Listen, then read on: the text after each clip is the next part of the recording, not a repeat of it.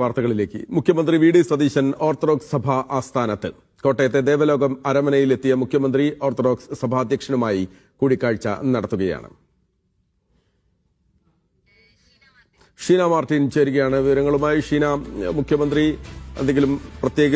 എന്തെങ്കിലും ചർച്ചകൾക്കായിട്ടാണോ അതല്ല യാത്രാ മധ്യേ അവിടെ ഇറങ്ങിയതാണോ?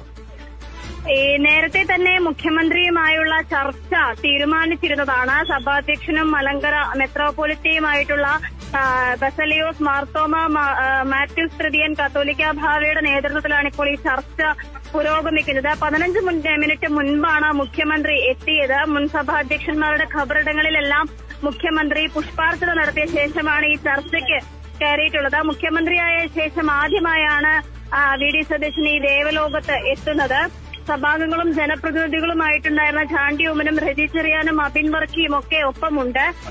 ഈ സൂനഹോസ്റ്റോസ് സെക്രട്ടറിയും ഒക്കെയുണ്ട്. ഏതൊക്കെ തരത്തിലുള്ള ചർച്ചകളാണ് നടക്കുക എന്നുള്ളത് ചർച്ചയ്ക്ക് ശേഷമായിരിക്കും പറയാൻ കഴിയുക. സഭാ തർക്കം ഉൾപ്പെടെയുള്ള വിഷയങ്ങൾ ഈ ചർച്ചയിൽ ഉണ്ടാകുമെന്നാണ് കരുതുന്നത്. നേരത്തെ തന്നെ ഈ മലങ്കര സഭാ തർക്കം പരിഹരിക്കാൻ തനിക്ക് സാധിക്കും, അല്ലെങ്കിൽ അതിലിടപെടാൻ കഴിയുമെന്നൊരു വിശ്വാസം നേരത്തെ തന്നെ മുഖ്യമന്ത്രി പങ്കുവച്ചിരുന്നു. ചുമതലയേറ്റ സമയത്ത് തന്നെ പങ്കുവച്ചിരുന്നു. ആ തീരുമാനത്തെ സ്വാഗതം ചെയ്യുന്ന ഒരു നിലപാടായിരുന്നു അന്ന് സഭ എടുത്തിരുന്നത്.